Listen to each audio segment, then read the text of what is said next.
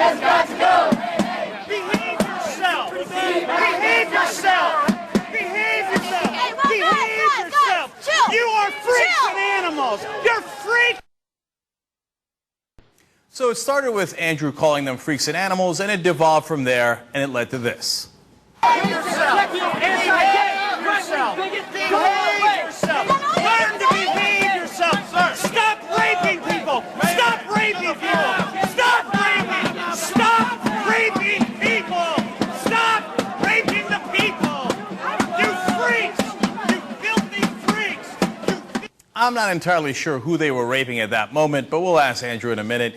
And if all that wasn't bad enough, he later compared them to domestic terrorists. It's the same radicals. They've been in your life since Senator Obama became part of your vocabulary.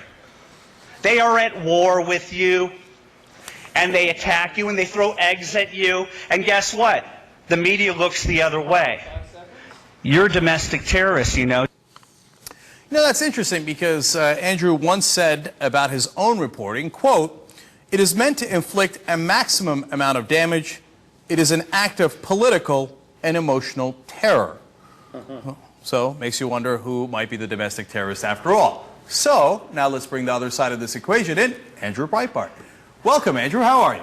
Adequate to good. All right, fair enough. Okay, so let's start with this whole You started off with the description of me with the emotional or whatever terrorism. I'd like to see what the context is of that thing. Usually I'm in a jocular mode.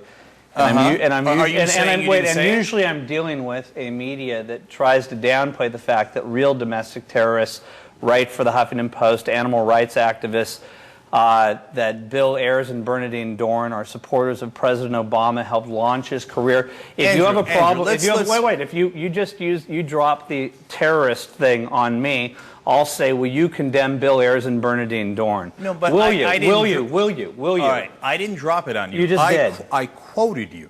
Right. And so are you pulling a Terrell Owens and saying that you misquoted yourself? Do you have a problem with that characterization? What was the? So do you agree that what you do is context?